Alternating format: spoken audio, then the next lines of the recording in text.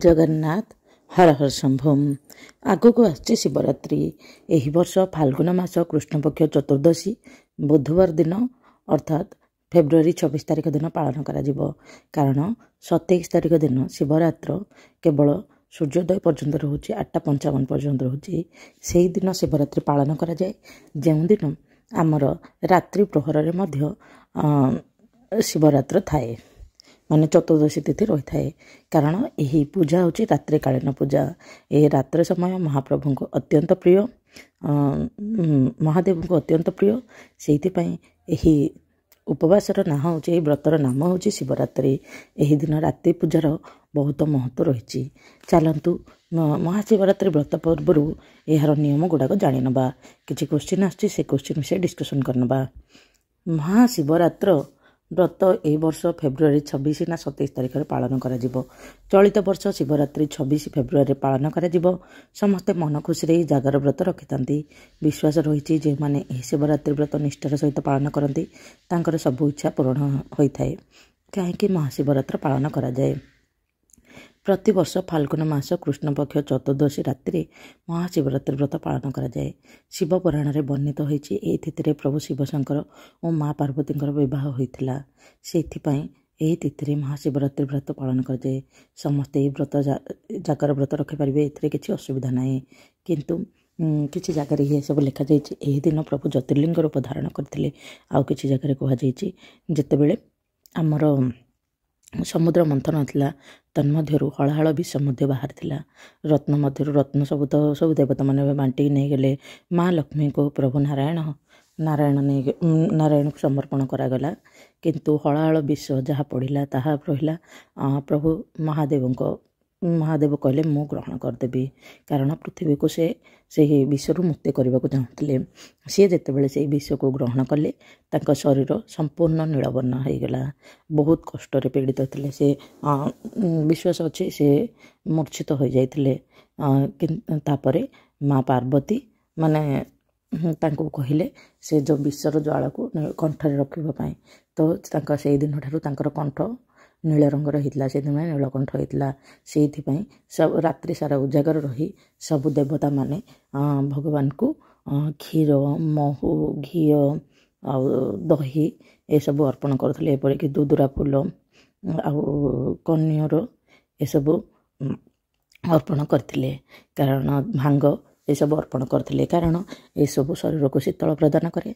आउ भगवान को से यही दिन रात्रि सारा भगवान को ये सब अभिषेक करा जाए। यही दिन रुद्राभिषेक और जलाभिषेक बहुत महत्व रही। यही दिन निश्चित भाव में जदि पारे भगवान को शिवलिंग पाखे चढ़ाई रुद्राक्ष को सकाळु धरिकी आसबे। देखिए आपण जीवन में सब समस्या दूर हो। आउ गोटे कथा अच्छी किपरि व्रत पालन करेंगे। देखंतु जो कौन भी व्रत थी आपण शिवरात्रि व्रत हो ना आउ कौन व्रत हो केबे मध्य पूजा पूर्व दिन और परदिन आमिष द्रव्य सेवन करेंगे ना। देखंतु चतुर्दशी तिथि हो तो त्रयोदशी तिथि केबे मध्य आमिष भोजन करेंगे ना। शिव पुराण अनुसार यह लिखा जाए कि सात्विक भोजन करिवो। किंतु हिस्ट्री लिखा जाए माने बिना पियाज रसुण सात्विक भोजन करिवो। किंतु आमर शिवरात्रि व्रत कथार लिखा जाए निरामिष भोजन कले मध्य चलिबो। किंतु आपण आमिष भोजन कदापि भी करेंगे ना। जे कौन व्रत उपवास जहाँ भी हित होना कहीं आपण केबे मध्य ये सब माने जो भी उपास होता आपण जन्माष्टमी करंतु शिवरात्रि करंतु जहाँ भी करंतु ता पूर्व दिन जमा मध्य आमिष भोजन कदापि ग्रहण करेंगे ना। ता परदिन मध्य केबे भी आमिष भोजन ग्रहण करेंगे ना। आउ गोटे अच्छी व्रत पारणा कलरा खाइके कहीं करा जाए। कलरा हूँ पिता यार दुईटी कारण अच्छी वैज्ञानिक कारण और पौराणिक कारण। प्रथम चलतु पौराणिक कारण शुणिदेवा। जितेबाला प्रभु हलाहल विष पान करते से कष्ट को बुझापी माँ पार्वती सब भगवान को कहले माने सब देवता मानू कहले आपण मत टिके विष पान करूँ। से मैंने कहले प्रभु तो माने विष पान करके से सही पारना देव महादेव आमे मैंने किपर सही पारू। से प्रतिबदले से कष्ट को बुझापी कलरा समस्ते टिके चाखी से भगवान शिवंर कष्ट को बुझापी କଲରା ଟିକେ ଖାଇକି ବ୍ରତର ପାଳନ କରନ୍ତି। ଏ କେବଳ ଶିବରାତ୍ରି ବ୍ରତରେ ହୋଇଥାଏ। ଆଉ ଗୋଟେ କାରଣ ଅଛି, ଏହି ବ୍ରତରେ ମାନେ ଦେଖନ୍ତୁ କେମିତି ଖାଆନ୍ତି, ବେଶୀ ହାଇ ସୁଗର ସବୁଗୁଡ଼ା ଖାଆନ୍ତି। ଯେମିତି ଦେଖନ୍ତୁ ଯେଉଁମାନେ ତ ନିର୍ଜଳା ବ୍ରତ କରୁଛନ୍ତି ସେମାନଙ୍କ କଥା ଅଲଗା, କିନ୍ତୁ ଯେଉଁମାନେ ନିର୍ଜଳା ବ୍ରତ କରୁନାହାନ୍ତି ସେମାନେ କ'ଣ କରୁଛନ୍ତି, ସେମାନେ ମିଠା ଜିନିଷ ଖାଆନ୍ତି। କେମିତି ଯେ ପଣା, ଫ୍ରୁଟ୍ ଜୁସ୍ ଏସବୁ ପିଅନ୍ତି, ସେଥିରେ ସୁଗର କଣ୍ଟେଣ୍ଟ ବହୁତ ଅଧିକ ଥାଏ। ସେଥିପାଇଁ ସେ ସୁଗରକୁ କମାଇବା ପାଇଁ କଲରା ଖାଆନ୍ତି। ଏଇଟା ହେଉଛି ବୈଜ୍ଞାନିକ ସମ୍ମତ। କଲରା ଖାଇବା ନିହାତି ଦରକାର। ଆଉ କିଛି ଜାଗାରେ ଝଟା ଏସବୁ କରିକି ଖାଆନ୍ତି। ନହେଲେ ଆପଣ ଯଦି ମାନୁନଥିଲେ ଆପଣ ଭଗବାନଙ୍କ ପ୍ରସାଦ ଖାଇକି ହିଁ ସବୁ ପୂଜାରେ ଯେମିତି ଆପଣ ପାରଣା କରନ୍ତି, ଭଗବାନଙ୍କ ପ୍ରସାଦ ଖାଇକି ପାରଣା କରନ୍ତି, ସେଇଭଳି ଭାବରେ ପାରଣା କରିବେ। ଯେତେବେଳେ ମାନେ ଚତୁର୍ଦ୍ଦଶୀ ତିଥି ସରିଲା ପରେ ହିଁ ପାରଣା କରିବେ। ତାପରେ କ'ଣ ରହିଲା, ଏହି ଦିନ କିପରି ପୂଜା କରିବେ? ଏହି ଦିନ ରାତ୍ରିର 4 ପ୍ରହର ପୂଜାର ବହୁତ ମହତ୍ତ୍ୱ ଅଛି। ସନ୍ଧ୍ୟା 6:30ରୁ 9:30 ହେଉଛି ପ୍ରଥମ ପ୍ରହର। ତାପରେ ଏମିତି ରହିକି ତାପର ଦିନ ସକାଳ 6:30 ହେଉଛି 4 ପ୍ରହର ହେଉଛି। ରାତ୍ରିର 4 ପ୍ରହରର ମୁଖ୍ୟ ବିଧି ହେଉଛି, ଦେଖନ୍ତୁ ପ୍ରଥମ ପ୍ରହରରେ ଆପଣ 108 ବେଲପତ୍ର ନେବେ, ବୁଝିପାରିଲେ। ତାପରେ ପ୍ରଥମେ କ୍ଷୀରରେ ଅଭିଷେକ କରିବେ। ଆଉ 108 ବେଲପତ୍ର ଦେଇକି ଓମ୍ ନମଃ ଶିବାୟ, ଓମ୍ ନମଃ ଶିବାୟ, ଓମ୍ ନମଃ ଶିବାୟ କହିବେ। ଯେମିତି ଓମ୍ ନମଃ ଶିବାୟ କହିବେ ଆମ ଦାନ୍ତକୁ ଦାନ୍ତ ଲାଗିବ ନାହିଁ। ଦ୍ୱିତୀୟ ପ୍ରହରରେ ସେପରି ଦହିର ଅଭିଷେକ କରିବେ। ତୃତୀୟ ପ୍ରହରରେ ଆମେ କ'ଣ କରିବା, ଯଦି ଘରେ କରୁଛନ୍ତି ନହେଲେ ମନ୍ଦିରରେ ଯାହା ବି ହେଲେ ଆପଣ ଦେଇକି ଆସିଲେ ହେବ, ମହୁ ମାନେ ଘିଅ। ତାପରେ ଚତୁର୍ଥ ପ୍ରହରରେ ମହୁର ଅଭିଷେକ କରାଯାଏ। ଶିବରାତ୍ରି ବ୍ରତ ସେଇଠି କରାଯାଏ ଯେଉଁଠି ହରିହର ମିଳନ ହୁଏ, ମହାଦୀପ ସେଇଠି ଉଠେ। ସେଇଥିପାଇଁ ମନ୍ଦିରରେ କରିବା ସର୍ବୋତ୍କୃଷ୍ଟ। ଯଦି ଆପଣ ମନ୍ଦିରରେ କରିପାରୁନାହାନ୍ତି, ଆପଣ ଟିଭିରେ ଦେଖିକି ମନ୍ଦିରର ବିଧି ଅନୁସାରେ କରିବେ। କିନ୍ତୁ ଦୀପ ଲଗେଇକି ବସିଲେ ହେବ। ଆପଣ ଯାହା ଚାହୁଁଛନ୍ତି ସେହି ହିସାବରେ କରିବେ। ଯଦି ଆପଣ ଘରେ ଶିବଲିଙ୍ଗ କରିବାକୁ ଚାହୁଁଛନ୍ତି, ସେ ଯେଉଁଠି ଶିବ ମନ୍ଦିରରୁ ମାଟି ଆଣିକି କରିବେ। ଏ ଯେଉଁ ଶିବ ପୁରାଣ ଅନୁସାରେ 4ଟି ଛୋଟ ଛୋଟ ଶିବଲିଙ୍ଗ କରିକି ପ୍ରଥମ ପ୍ରହରରେ ଗୋଟେ ପୂଜା କରିବେ, ତୃତୀୟ ପ୍ରହରରେ ସେକେଣ୍ଡ, ତାପରେ ଥାର୍ଡ଼, ଫୋର୍ଥ। ନହେଲେ ଆପଣ ମୂର୍ତ୍ତିରେ ମଧ୍ୟ ପୂଜା କରିପାରିବେ। କିନ୍ତୁ ମୂର୍ତ୍ତି ପୂଜା ଅପେକ୍ଷା ଏହି ଦିନ ଶିବଲିଙ୍ଗର ମହତ୍ତ୍ୱ ଅଧିକ ଅଛି। ଯଦି ଆପଣଙ୍କ ପାଖରେ ପାର୍ଥିବ ଶିବଲିଙ୍ଗ ଅଛି, ଘରେ 2 ଇଞ୍ଚରୁ ଅଧିକ ହେବା କଥା, 2 ଆଙ୍ଗୁଠିରୁ ବଡ଼ ଶିବଲିଙ୍ଗ ରଖିବା ଉଚିତ କଥା ନୁହଁ। ସେଇଥିପାଇଁ ମନ୍ଦିରକୁ ଚାଲିଯିବେ। ନହେଲେ ଆପଣ ଯାହା ବି ଏସବୁ କଥା। ତାପରେ ଆପଣ କେମିତି କରିବେ, ସେ ତ୍ରୟୋଦଶୀ ତିଥିରେ ଆପଣ ଯେତେବେଳେ ଶୁଦ୍ଧପୂତ ସ୍ନାନ କରିକି ଆପଣ ଏସବୁ 1 ଟାଇମ୍ ଯେଉଁ ଭୋଜନ ଗ୍ରହଣ କରିବେ, ସେତେବେଳେ ହିଁ ଆପଣ ଭଗବାନଙ୍କୁ ସାକ୍ଷୀ ରଖିଦେବେ। ଯଦି କରିନାହାନ୍ତି, ଯେତେବେଳେ ଚତୁର୍ଦ୍ଦଶୀ ତିଥିରେ ଯଦି ଆପଣ ନିର୍ଜଳା ବ୍ରତ କରୁଛନ୍ତି ତ୍ରୟୋଦଶୀ ତିଥିରେ ହିଁ କରିବେ। ଯଦି ତ୍ରୟୋଦଶୀ ତିଥିରେ ଯଦି ଆପଣ ଜଳ ଗ୍ରହଣ କରିବାକୁ ଚାହୁଁଛନ୍ତି, ମାନେ ନିର୍ଜଳା ବ୍ରତ କରିପାରୁନାହାନ୍ତି, କ'ଣ ଆପଣ ଫ୍ରୁଟ୍ ଜୁସ୍ ଏସବୁ ଶାଗୁ ପଣା ଏସବୁ ପଣା ପାଣି ପିଇକି ରହିପାରିବେ। କାରଣ ସମସ୍ତଙ୍କ ଦେହ ତ ସମାନ ନଥାଏ। ସେଇଥିପାଇଁ ଆମ ଦେହକୁ ଯଦି ବେଶୀ କଷ୍ଟ ହେଲା ଆମେ ଭଗବାନଙ୍କ ଦେହରେ ଧ୍ୟାନ ଦେଇପାରିବାନି। ସେଇଥିପାଇଁ ନିଶ୍ଚିତ ଭାବରେ ଭଗବାନଙ୍କୁ ଯେମିତି ଧ୍ୟାନ ଦେବା ସେଇ ହିସାବରେ ଆପଣ ଗ୍ରହଣ କରିବେ, ମାନେ ନିଜେ ଡିସାଇଡ଼୍ କରିବେ। ଦେଖନ୍ତୁ ଯଦି ଆପଣ କାଲିକି ଆମର ଆସୁଛି, ମାନେ ଏହି ବର୍ଷ ତ୍ରୟୋଦଶୀ ଯୁକ୍ତ ଚତୁର୍ଦ୍ଦଶୀ ତିଥି ପଡ଼ୁଛି। ସେଥିପାଇଁ ଯଦି ଆପଣ ଆଜି ବି କରିପାରିନାହାନ୍ତି, ମାନେ ଏସବୁ କାଲିକି ମଧ୍ୟ କରିପାରିବେ। କିନ୍ତୁ କାଲିକି ଯଦି କଲେ କାଲିକି ଖାଦ୍ୟ ଗ୍ରହଣ କରିବେ ନାହିଁ, କାରଣ ସୂର୍ଯ୍ୟ ଉଦୟ ହୋଇସାରିଛି। ଚତୁର୍ଦ୍ଦଶୀ ତିଥି ଯୁକ୍ତ ହେଉଛି ତା ପରଦିନ ଯେତେବେଳେ ସୂର୍ଯ୍ୟ ଉଦୟ ହେଉଛି, ଚତୁର୍ଦ୍ଦଶୀ ତିଥି ରାତ୍ରିରେ ପର୍ଯ୍ୟନ୍ତ ରହୁନାହିଁ। ସେଇଥିପାଇଁ ଯଦି କାଲି ଆପଣ କରିବାକୁ ଚାହୁଁଛନ୍ତି, ଆପଣ ଜଳ ଏମିତି ଧରିକି ଜଳ ଟେକିକି କହିଦେବେ, ମାନେ ପ୍ରଭୁଙ୍କ ପାଖ ମନ୍ଦିରରେ ଯାଇକି ନହେଲେ ଘର ଠାକୁରଙ୍କ ପାଖରେ ଶିବଙ୍କୁ ଆଗରେ ଆପଣ ଶପଥ କରିବେ, ହେ ପ୍ରଭୁ ନୀଳକଣ୍ଠ, ହେ ପ୍ରଭୁ ଶିବ ଶଙ୍କର, ମୁଁ ଆପଣଙ୍କର ଏହି ଚତୁର୍ଦ୍ଦଶୀ ବ୍ରତ କରିବାକୁ ଯାଉଛି, ମହାଶିବରାତ୍ରି ବ୍ରତ କରିବାକୁ ଯାଉଛି। ଏହି ବ୍ରତର କୌଣସି ମଧ୍ୟ ସମସ୍ୟା ନ ଆସୁ, ଆପଣ ମୋତେ ଦୟା ପରବେଶ ହୋଇ ଆପଣ ଏହି ସମସ୍ତ ଅସୁବିଧାରୁ ଆପଣ ଦୂର କରନ୍ତୁ, ଯେପରି ମୁଁ ମୋର ବ୍ରତ ସମ୍ପନ୍ନ କରିପାରିବି। ଏହା ହେଲା ଆପଣଙ୍କର ମାନେ ଏସବୁ କରିବେ। ତାପରେ କରିସାରିଲା ପରେ ଆପଣ ଠାକୁରଙ୍କୁ ଦର୍ଶନ କରିବେ। ତାପରେ ନିଶ୍ଚିତ ଭାବରେ ଓମ୍ ନମଃ ଶିବାୟ ମନ୍ତ୍ର ଜପ କରିବେ। ତାପରେ କ'ଣ କରିବେ, ଏହି ଦିନ ଦୀପ ଯେତେବେଳେ ଦେବେ ତଳେ ଅକ୍ଷତ ଓ ଫୁଲ ଦେଇକି ତାପରେ ଦୀପ ଲଗାଇବେ। ଏହି ଦିନ ଠାକୁରଙ୍କୁ ନିଶ୍ଚିତ ଭାବରେ ଅକ୍ଷତ ଏସବୁ ଚଢ଼େଇବେ। କ'ଣ କ'ଣ ଚଢ଼େଇବେ, ଏହି ଦିନ କଳା ବସ୍ତ୍ର ପିନ୍ଧିବାକୁ ମନା କରାଯାଇଛି। ପ୍ରଭୁଙ୍କୁ ଧଳା ବସ୍ତ୍ର ବହୁତ ପସନ୍ଦ, ସେଥିପାଇଁ ଧଳା ଚିକଚିକିଆ ଘିଅ କଲରର ବସ୍ତ୍ର ପିନ୍ଧିଲେ ଯଦି ଆପଣଙ୍କ ପାଖରେ ଅଛି ନିଶ୍ଚିତ ଭାବରେ ପିନ୍ଧିବେ। ତାପରେ କ'ଣ କରିବେ, ପ୍ରଭୁଙ୍କୁ ନିଶ୍ଚିତ ଭାବରେ ପ୍ରାର୍ଥନା କରିବେ, ହେ ପ୍ରଭୁ ଦୁନିଆର ସମସ୍ତଙ୍କର ଦୁଃଖ ଦୂର ହେଉ। ତାପରେ ଏହି ଦିନ ମାନେ କ'ଣ ଯେ ମନ ପ୍ରାଣ ସବୁ ଠିକ୍ ସେ ରଖିବାକୁ ଚେଷ୍ଟା କରିବେ। କାହା ସହିତ କଳି ଝଗଡ଼ା କରିବା ଉଚିତ ନୁହେଁ। ମନ ଭଗବାନଙ୍କ ଠାରେ ଲୀନ ରହିବା ଉଚିତ। ଓମ୍ ନମଃ ଶିବାୟ ମନ୍ତ୍ର ଜପ କରିବେ। ମହାମୃତ୍ୟୁଞ୍ଜୟ ମନ୍ତ୍ର ଜପ କଲେ ବହୁତ ଭଲ, ରୋଗ ଶୋକରୁ ଦୁଃଖରୁ ମୁକ୍ତି ମିଳେ। ଏହି ଦିନ ଆଉ କ'ଣ କରାଯାଏ, ଏହି ଦିନ କ'ଣ କରିବେ, ଆପଣ କିଛି କୁଙ୍କୁମ ଅର୍ପଣ କରିବା କଥା ନୁହେଁ, କିନ୍ତୁ ସାଉଥ୍ ସାଇଡ଼୍ରେ କୁଙ୍କୁମ ଅର୍ପଣ କରିଥାନ୍ତି। ବଟ୍ ଆଇ ଡୋଣ୍ଟ ନୋ, କିନ୍ତୁ if you go to north side କୁଙ୍କୁମ ଅର୍ପଣ କରନ୍ତି ନାହିଁ। କିନ୍ତୁ ଗୋଟେ କଥା ନିଶ୍ଚିତ ଭାବରେ ଏହି ଦିନ ଆପଣ ନିଶ୍ଚିତ ଭାବରେ କଳା ବସ୍ତ୍ର ଧାରଣ କରିବେ ନାହିଁ।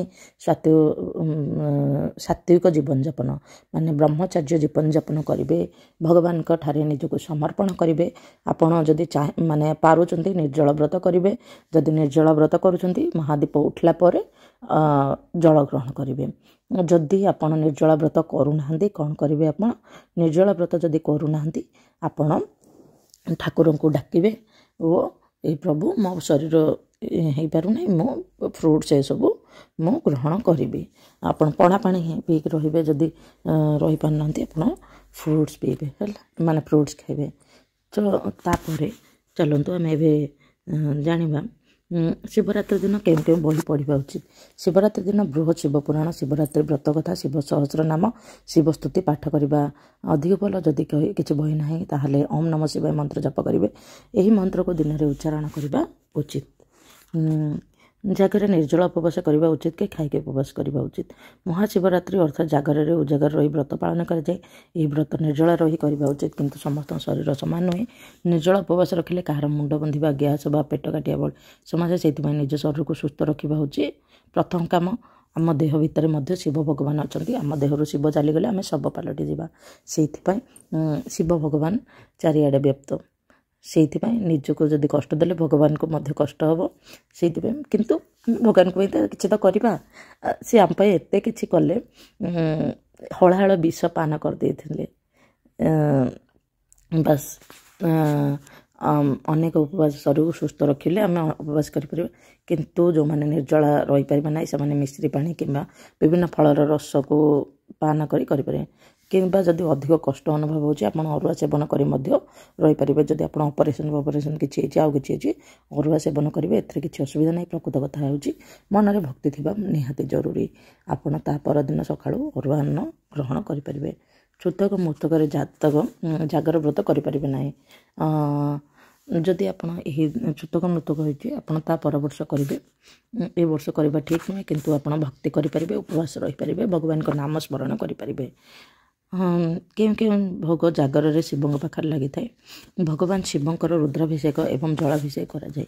ସେଥିପାଇଁ ପଇଡ଼ ପାଣି, ଗଙ୍ଗା ଜଳ, କଞ୍ଚା କ୍ଷୀର, ଦହି, ଲହୁଣୀ, ଆଖୁ ରସ, ପଞ୍ଚାମୃତ, ଚନ୍ଦନ, ଦୁବ, ଅକ୍ଷତରେ ଭଗବାନଙ୍କ ଅଭିଷେକ କରାଯାଏ। ମନେ ରଖନ୍ତୁ, ଦୁବ ଓ ବେଲପତ୍ର ନିଶ୍ଚିତ ଭାବେ ଅର୍ପଣ କରାଇବେ। ବେଲପତ୍ର ବିନା ଭଗବାନଙ୍କ ପୂଜା ଅସମ୍ଭବ। ତାହା ସହିତ କେତକୀ, ନାଲି ମନ୍ଦାର, ଅରଖ ଫୁଲ ଇତ୍ୟାଦି ନିଶ୍ଚୟ ଅର୍ପଣ କରିବେ। ଆପଣଙ୍କର ସୁବିଧା ଅନୁସାରେ ଦେଖନ୍ତୁ ଯାହା ଆପଣଙ୍କ ପାଖରେ ମିଳୁଛି ସେସବୁ ଅର୍ପଣ କରିବେ। ମନେ ରଖନ୍ତୁ, ବିଭିନ୍ନ ପ୍ରକାର ଫଳ, ବେଲ, ନଡ଼ିଆ, ବାଦାମ, ବରକୋଳି ମଧ୍ୟ ଠାକୁରଙ୍କ ପାଖରେ ଅର୍ପଣ କରାଯାଏ। ବିରି, ମୁଗ ଏସବୁ ମଧ୍ୟ ଅର୍ପଣ କରାଯାଏ।